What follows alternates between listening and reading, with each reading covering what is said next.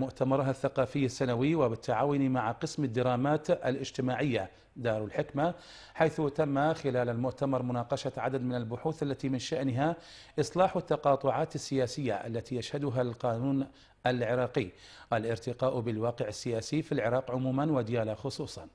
الزميل مصطفى حميد تواجد هناك وأعد لنا التقرير التالي من قاعة المؤتمر. جامعة ديالا كلية القانون لم تخلو يوما من إضاءة طريق السائرين في المسيرة العلمية لمحافظة ديالا. أقام قسم الدراسات الاجتماعية دار الحكمة ندوة علمية رسمت خططها الأولية بالقانون والمجتمع لغرض تقويم بعض الفقرات التي غابت عن المواد القانونية للمجتمع العراقي. تعقد كليتنا هذا اليوم بالتعاون مع مؤسسة بيت الحكمة الندوة العلمية القانون والمجتمع.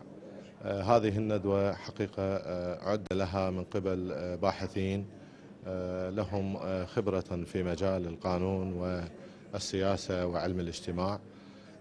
عقدت هذه الندوة تزامنا مع اليوم السنوي السنة 12 لتأسيس كلية القانون والعلوم السياسية في جامعة ديالا. نقاش الباحثين مع الأكاديميين كان له أثر في الوصول إلى المعوقات التي وقفت أمام الفئات المجتمعية المختلفة، فيما حضر عدد من الطلبة والأساتذة من مختلف الجامعات العراقية للمشاركة الفعالة للنهوض بالواقع السياسي من خلال الأبحاث الست التي تمت مناقشتها لحل التقاطعات السياسية والوصول إلى هدف معلوم.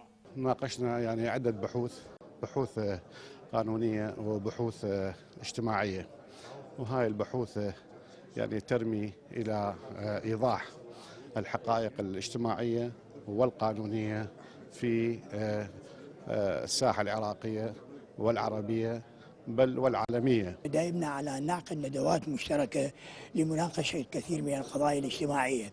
الحقيقة هذه الندوات تعقد مع الجامعات العراقية والجامعات الغير عراقية العربية، بل وفي بيت الحكمة بالذات في بغداد لمناقشة المستجدات الاجتماعية والمشكلات الاجتماعية اللي تعتري نسيرة المجتمع. أبحاث وتوصيات جديدة من شأنها إصلاح بعض التقاطعات السياسية التي يشهدها القانون العراقي عرضت بالمحاور الست لهذا المؤتمر.